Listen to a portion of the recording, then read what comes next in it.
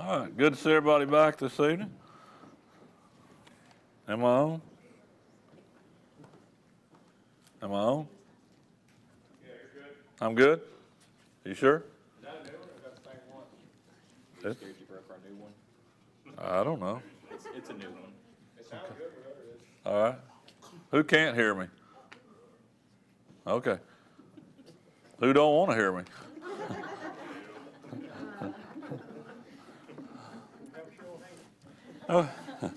You know, this morning Preston talked about the man's, I guess, in the history of the world. You know, he quoted someone that had talked about it took the worst day for us to have the greatest day. Of course, talking about the crucifixion and the resurrection.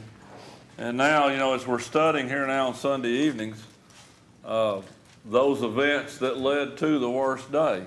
You know, really,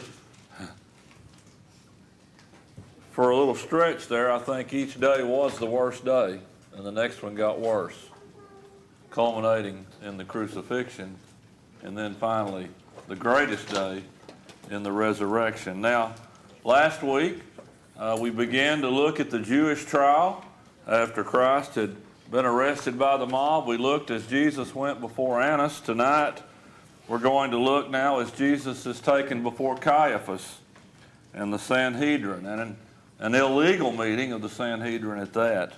Now, what we're looking at this evening is covered in all four of the gospel accounts.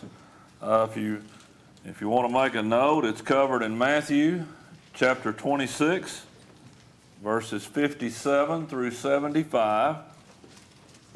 Mark records it in Mark chapter 14, verses 53 through 64. We find it in Luke 22 and verse 54, and John 18 and verse 28. Now, for our purposes tonight, we'll use Mark's account. So let's go to Mark chapter 14, verses 53 through 64. And they led Jesus away to the high priest, and with him were assembled all the chief priests, the elders, and the scribes. But Peter followed him at a distance, right into the courtyard of the high priest. And he sat with the servants and warmed himself at the fire.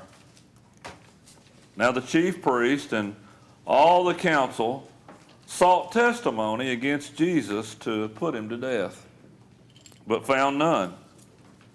For many bore false witness against him, but their testimonies did not agree.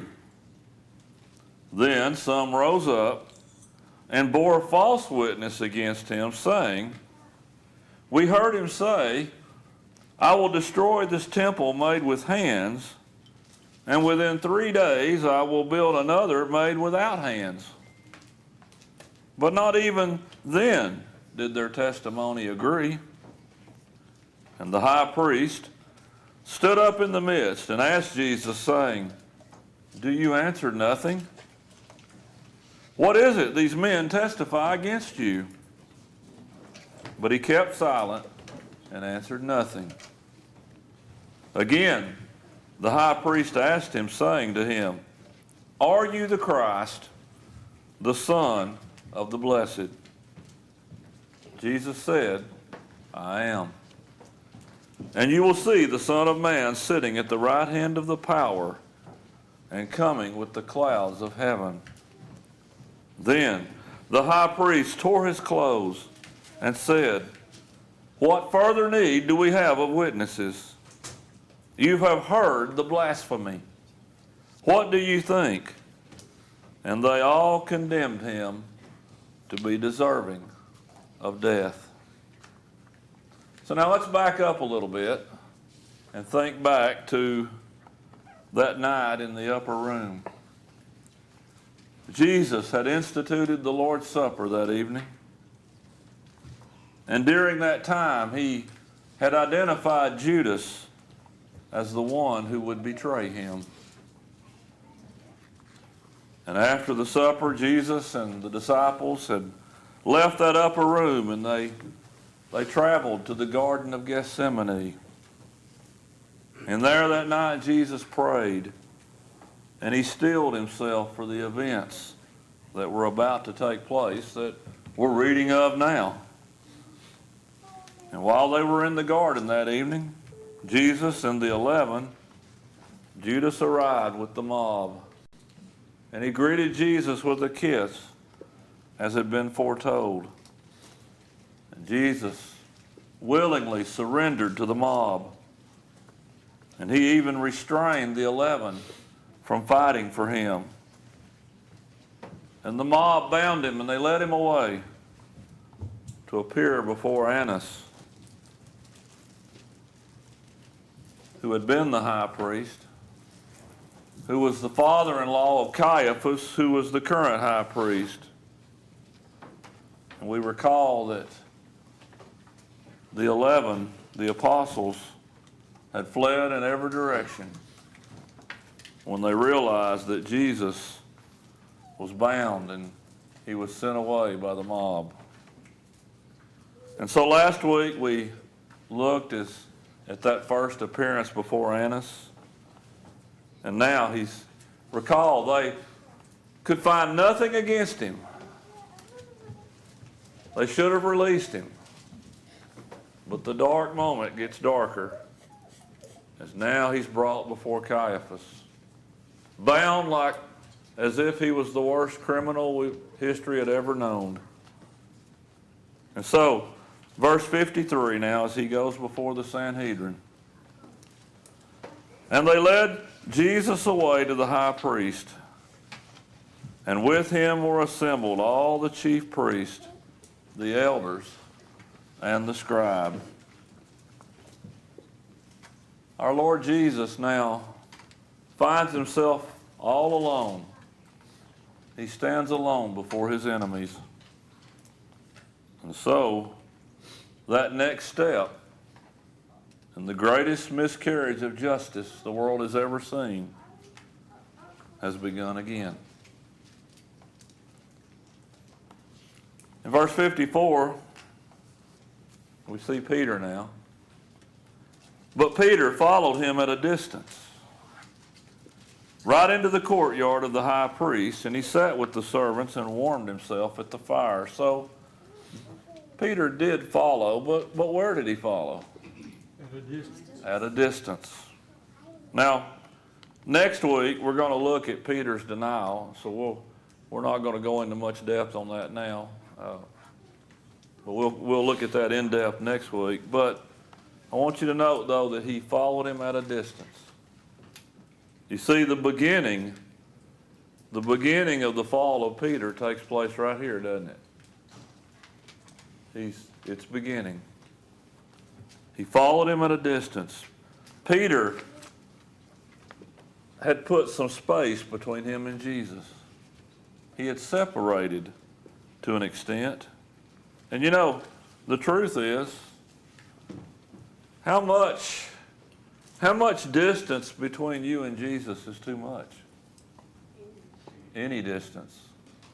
You see, when we put any distance between us and Jesus, what are we giving opportunity, or who are we giving opportunity to? To Satan. And you can mark it down that he's going to take advantage of it. He's looking for any opportunity. Doesn't need much space either. I'm sorry? He doesn't need much. He doesn't need a whole lot of space. You know, I always think about, there's that old analogy of we're traveling a highway, and you get close to the edge. A lot of Christians want to stay on the edge of the road where they can keep 1 foot in the world and 1 foot in the church. But the truth is, we need to be in the very middle, as close to Jesus as we can get, because if you give Satan any opportunity, Brother Jim, if you dabble one toe off the edge of that road, who's going to grab that toe? Satan is every time. And so, again, we'll look more at it next week, but that separation between Peter from God It's taking root right here, isn't it? And think about Isaiah chapter 59 in verses 1 and 2. Behold, the Lord's hand is not shortened that it cannot save, nor his ear heavy that it cannot hear. But your iniquities have separated you from your God, and your sins have hidden his face from you so that he will not hear. When we allow sin to get a foothold, separation takes place. So we find then that, Peter followed from a distance, and think about, we see the evidence here, because so when Peter gets there, what's he do? What's he do? He's outside there, and he's in the courtyard there, and it must be a cool day, because what's it tell us he did? He gathers around the fire with some others there to warm himself. And the problem was, what could Peter have been doing right here? What couldn't he have been defending Jesus here? Taking up for him, offering support to those who were around him? Anyone that was willing to listen? But, the problem is he's warming his heart here at the fire, but what's his heart doing? His heart's growing cold. His heart is not warming. And so Satan, even after following at a distance, and now, even at this fire, Satan's grip is getting stronger, isn't it, upon him? He doesn't do anything. Johnny? I was going to say, it was just a short time before that he was willing to fight and die for it. Yeah. So how quick can Satan get a hold of you? It don't take long. All right, but we'll talk more about Peter next week. So back to our text. Now the chief priest and all the council sought testimony against Jesus to put him to death, but found none. Now, isn't that interesting? If you witness a crime, would you wait? Would you wait for him to come, ask if you would come help or testify here? What do? You'd go report it, wouldn't you? I saw this happen. But this is a sham. This whole proceeding, it's a joke. There is nothing legitimate or legal about all of these things taking place here. Do you think? Why do we have court? For justice. We seek to determine guilt and innocence. To do which is justice, that the right thing be done. Was there any effort here to determine guilt or innocence? What's going on here? They're just trying to find Railroad. guilty. Yeah, the verdict's already determined before he ever gets in there. And really, the only thing they're doing in that is they're trying to find the way to do it. They sought testimony. They're trying to find a legitimate way. If we can do this legitimately, well, it'll work better. But if it's not going to work out this way, what are they going to do? We'll just do it illegitimately. We're going to do this. He is going to die. We are going to kill him. It doesn't make any difference how we have to do it. So true justice is not the least of the least concern to Caiaphas here. It's not to the Sanhedrin. But they sought out witnesses, and since no witnesses that could testify of anything was found. Well, we'll just put out somebody that's willing to perjure themselves to accomplish our means. That's what it all boiled down to. And so it's all about finding a way to legitimize the killing of Jesus. Now let's go back to our text, 56, because they couldn't find anybody, any witnesses who would testify to his horrible deeds. So we'll just buy some testimony here, basically. For many bore false witness against him, but their testimonies did not agree. Then some rose up and bore false witness against him, saying, "We heard him say, I will destroy this temple made with hands, and within 3 days I will build another made without hands." But not even then did their testimony agree. You know, aren't there a lot of people out there that, if I give you $50, will you say this? There are a lot of people that'll go along with that. You know, it may be somebody needing another hit of their drug of choice. It may be somebody that's just simply very hungry and willing to do it. There are a number of reasons, but there are many, many people that will willingly perjure themselves for their own benefit with no care to what the ramifications of it are. And so they twisted his words. What they testified against him there, did Jesus say those things? Well, he did. But what are they doing? They're taking it out of context. It was a fly. I don't know. I saw it. Okay. They're taking his words out of context, aren't they? They're twisting them. And so they accused Jesus of trying to literally destroy the temple. Now let's think about that. Now, none of us have seen the temple, but I think we all have a pretty good picture in our mind of the temple. Now, tell me, how was Jesus going to destroy that temple in 3 days? Or really in a day? How was he going to destroy that temple in a day if he chose to? Only by miraculous means. And they certainly didn't believe he was miraculous. And even more than that, if Jesus did, how was he going to rebuild it in 3 days? You see how literally foolish they're making themselves? And so they accuse him of these things. They don't agree with each other. And now in John chapter 10, in verse 33,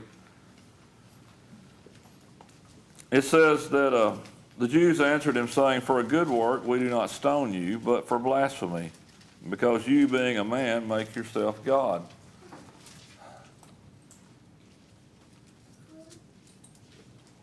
There's nothing in their mind good that Jesus could have done. Anything he did was blasphemous to them. You know, they were supposed to be looking for the Messiah that all of the Old Testament prophets had foretold of. Was there plenty of evidence that Jesus was the Messiah? Were there hundreds of prophecies he had fulfilled?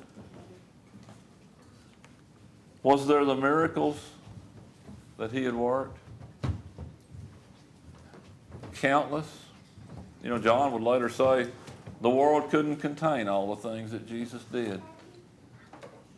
You know, Chris, he even goes on in that scripture you just said, that if you don't believe me, that's fine, but you believe the works. You see I do the work, so if I do those, I have to be from my Father. So that was the whole purpose, that he gave them proof the whole time. Right. All of the evidence was there that he was indeed the Messiah, that he was indeed the chosen one. But they rejected the only one that could save them. And so, think about even as they planned this out, they couldn't get it together. They couldn't get everything into harmony against Jesus. And then back to our text. Now we see it falling apart now. And the high priest stood up in the midst and asked Jesus, saying, "Do you answer nothing? What is it these men testify against you?" So, the lies had been told. And you know, as this drags on now through the night, they couldn't find anything that would stick. You know, everything basically was just bouncing off because it was false. Let me read you something Brother Burton Kaufman here wrote. He said, "All night long, the preliminary investigation had gone forward, and nothing had come of it. In desperation, Caiaphas, who was beginning to find the judge's bench a very uncomfortable place, forsook the judicial status, usurped the role of prosecutor, placed Jesus under an oath, and demanded an answer, but he would ask a question first." Just think about that a minute. Caiaphas is the judge here. What? Have you ever seen the court, in a court proceeding, have you ever seen the judge literally take on the role of the prosecutor? What is the judge supposed to be? Neutral and fair. Fair, an impartial arbitrator, right? Isn't that the cornerstone of the legal system of virtually every civilized nation? Yet, he literally steps into the role of the prosecutor, removes questioning, and just flat out says, you know, what else do we need? He said, again, he tore his clothes and said, "What further need do we have of witnesses?" Yeah, stopping it in the middle of the trial. There may be, a number of witnesses still here. We don't need any more. We've heard enough. This man is a blasphemer. He deserves to die. If that scene took place in our courtroom today, which it's not as far-fetched as I once thought it was, but what would our reaction be? Would you be disgusted by it? Would it just aggravate you to your core? And it's exactly what's taking place here. He tears his clothes in disgust. Now, is he really angry? Because I don't think he is. All for show. It's all for show. It was just a show. He's just mocking Jesus when he does this, because the truth is, I think he was absolutely giddy. I think he was probably doing all he could to just control his joy. Chris, I have a question though. Because I think these people know that that's Jesus. Like, I don't think that they really question it like they're trying to put on the pulpit. Like, I think they really. They've seen the evidence. Exactly, that's what I'm saying, like, they're right there with him. And the reason why I think that is, and we don't have to get off on it, but it just makes me think about the Jews today. Like, how can you maintain, the Messiah's not come and all of that? I know it's from this history, but they were right there. They seen it. So for them to say he's not Jesus was more, I think, today we've heard the term weaponizing the judicial branch. Like, that's kind of what I see here happening to get what they want. I don't truly believe that they thought Jesus was really not Jesus. They know the things he did. They saw it. They can't deny it. But they still, we got to think about the demons. The demons knew who he was, but there was no faith. Who did they love? They loved self. They loved their position. They loved their way of life. It meant more to them than whatever Jesus offered. Even under the Roman control, they loved that. Yeah, even that.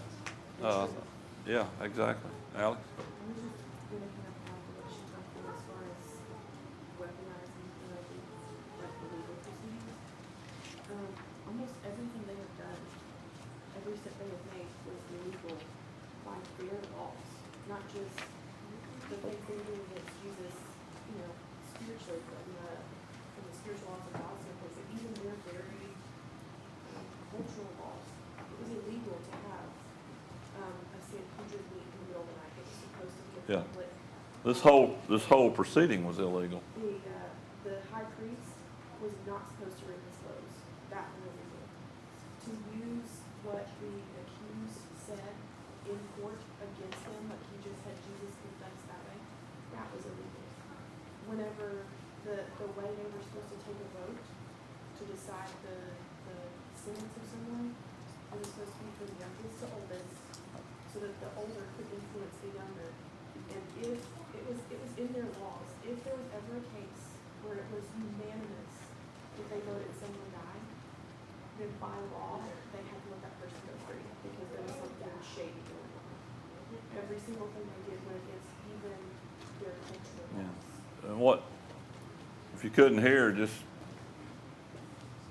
summarizing what Alex said, these are the same, these were the people who were supposed to be the zealous protectors of the law, but they had no qualm at all about violating any of the laws or even their traditions, if it would help to rid them of Jesus. Jerry? What Dean was saying, think about Nicodemus. I mean, his response to Jesus was, nobody can do the things that you do unless you're with God. Unless there's something, God is working with you, through you somehow, there's a connection to God. Right. And there had to be other people that saw that, they just did not want to accept that. And this is the same behavior we saw by them in dealing with the prophets, through the centuries before. Because what? They showed all the evidence they were from God, and what they do? They killed them too, Johnny? I was gonna say, if they had really been interested in true justice, they could have investigated that his lineage was right, the city in which he was born was right, the city in which he grew up was right with prophecy. And they ignored all that. But truth stops man's power, and that's all they were interested in. Michael? Oh, I was saying, we see all throughout the Old Testament that whenever the Jews refer to someone of a man of God, like the prophets or even like an angel that came down, they have witnesses of that, things of seeing them and okay, they are from God. It basically amazes me of is it the mindset that since Jesus didn't come down with a crown, flying around everywhere and just displaying everything that he could do, that's the reason why? Or is it more just power? Just because we see with the prophets of people that is a man of God. So it always confuses me or amazes me when they say, oh wow, you are blasphemous for saying you are son of God, you are from God. But we see that in the Old Testament that there's been evidence of them saying this person is a man of God. Right. Dana, you said you weren't going to start anything. I know. Wicked leaders, like Caiaphas, leaders lead people to wickedness. And they lead them to destruction. I really think that in our land, we would do well to realize that fact. Jesus said that he was the Son of God. And nothing here has been done to disprove or even cause reason for further investigation against that, David. You know, it's kind of ironic, but the same exact thing has been going on in our political system in the last few years, just for persecution. It's a lesson we need to learn, Preston. I'm thinking back to even Mark 14, 1 and 2, just to think about how there's a reason they were doing it all the way they were doing it. That they sought to take him by trickery and put him to death. In verse 2, because they didn't want to do it during the feast, lest there be an uproar of the people. Because they knew how the people felt. But they weren't willing to put up with that. Yeah. So they had to find another way Yeah. to go about it. And we'll see more to that point too as we go, Casey. Yes, sir. I think it's, a lot of it is they love more so the idea of Jesus and the idea of someone coming, but then whenever he doesn't fit into what their image of him should be, you know, they a lot of it is denial and them being so delusioned with themselves to say, to either deny flat out that they don't believe he actually is one, or they know he's right, but they just can't, they can't accept the fact that he is not who they think he should be. Bullseye.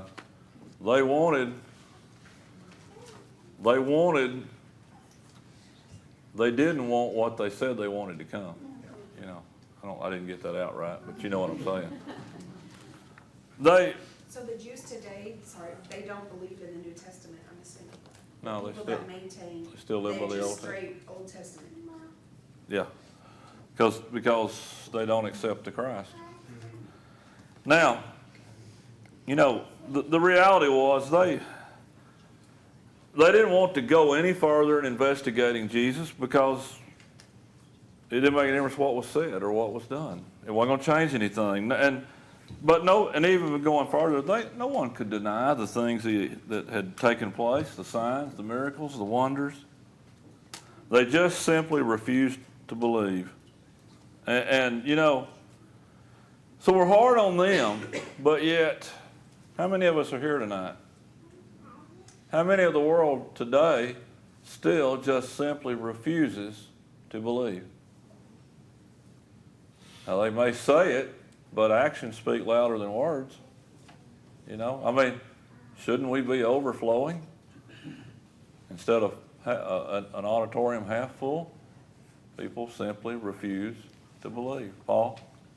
To that point, a lot of the countries that have some, I'll say, belief, or maybe they felt obligated to show up for a worship service this morning somewhere, and maybe the next time they'll assemble is at Christmas. And, you know, well, we're doing what we're supposed to do, or what the family expects us to do, or friends maybe, but, you know, like, oh, okay, they showed up at church on Easter Sunday, that's a good thing, good for them. But to your point, that's not belief. That's, nor is it a person that does not have any belief, you know, maybe the atheist, so to speak, that they would assemble anywhere, any time of the year. But these government officials, they, you know, you have a dictatorship that says they are the supreme power, even beyond anything that's supernatural, even though they, as you said, have witness of these miracles that he performed. And then you have, in some cases, even like Pilate, that he didn't want to be looked upon by his voters that he washed his hands. He didn't take the authority position, he washed his hands. Just thinking that, well, I'm just gonna appease the audience. Right. And then yet, we sit here today and think about, well, why do, if we truly believe, then you do everything in your power to, just like the apostles when, you know, talks about in John 10 about the hireling flees, but the shepherd will not. And he will, even if he dies trying to kill the wolf, protect the sheep, that's what the shepherd does. And if we truly believe Jesus, then if it comes to a point that we are standing for his truth, we will die for his truth. We will not flee. point. You know, men say they love the truth, but actions so often show the opposite. So, think about it now. All of this has taken place, and we've got Caiaphas now. And really, all we can get is his Academy Award-winning performance and his show of disgust and anger here, and tearing his clothes. And again, back in our text, he said, "So you have heard the blasphemy. What do you think?" And they all condemned him to be deserving of death. He just simply pronounces that Jesus is guilty of blasphemy and that he should be killed. And so, Jesus is convicted of blasphemy. You know, one of the commentators, I was reading about this, you know, he said it took, in all of history, the Jews were thought to be the leaders of religious thought, and the Romans were thought to be the leaders of legal thought. And here it takes both of them coming together and throwing away everything that their systems allegedly stood for. And so Jesus is convicted of blasphemy. And even in crucifying Jesus, a great error was made by the law, for if Jesus had been guilty, how was he to be executed? By stoning. By stoning. If you go back to Leviticus 24, you can read that in verses 10 through 16. He was to be taken outside the camp and stoned by all the congregation. The priest now, he's convicted. They were so scared. They were too scared of the public to stone him, though. They feared they would be turned on. And so, their decision is that we're going to turn him over to the Romans. In other words, we'll give him to our occupiers to do our dirty work. They went through all of this and did not have the courage to even finish what they started. And so, it just gets darker. And so, as we think about now moving forward to the next time, Jesus, he's now been betrayed by Judas. He's been arrested in the Garden of Gethsemane. He's been dragged before Annas. He has been dragged before Caiaphas and the Sanhedrin. And this mockery of justice is just getting started. It only gets worse. It's going to get more evil. It's going to become more disgusting as the Lord moves through this trial all alone. How sad. Now, like I said, next week we're going to backtrack just a hair and look at Peter as he would deny the Lord. And you know, all of these things, how terribly they must have hurt Jesus. But, you know, maybe to Jesus, you know, the physical pain of the cross, of course, nothing was comparable. But, you know, when we think about the emotional suffering of Jesus, I don't know, perhaps nothing may have hurt him any more than his beloved Peter denying him 3 times. He was truly deserted by his friends. But, you know, when we think by way of the Lord's invitation, as we think upon all these horrible things, and as Preston spoke this morning, yet through it all, so much love. so much love to offer salvation. You know, again, think about when the gospel call would first ring forth, not too many weeks later. You know, it didn't ring forth just for those that love Jesus, but that call rang forth for Annas, for Caiaphas, for the Sanhedrin, for that Roman soldier that nailed him to the cross, for Pontius Pilate, who would authorize his being sent there. That blood was shed even for them. What a shame if we make it in vain for us. The Lord's invitation is open. If we can help you in any way, we can pray for you, pray with you. If you just need encouragement, maybe you need to make your life right tonight so that your life, your spiritual life, is not in vain. And once again, you can have a home in heaven waiting for you. If we can help you in any way, let it be known as we stand together and sing.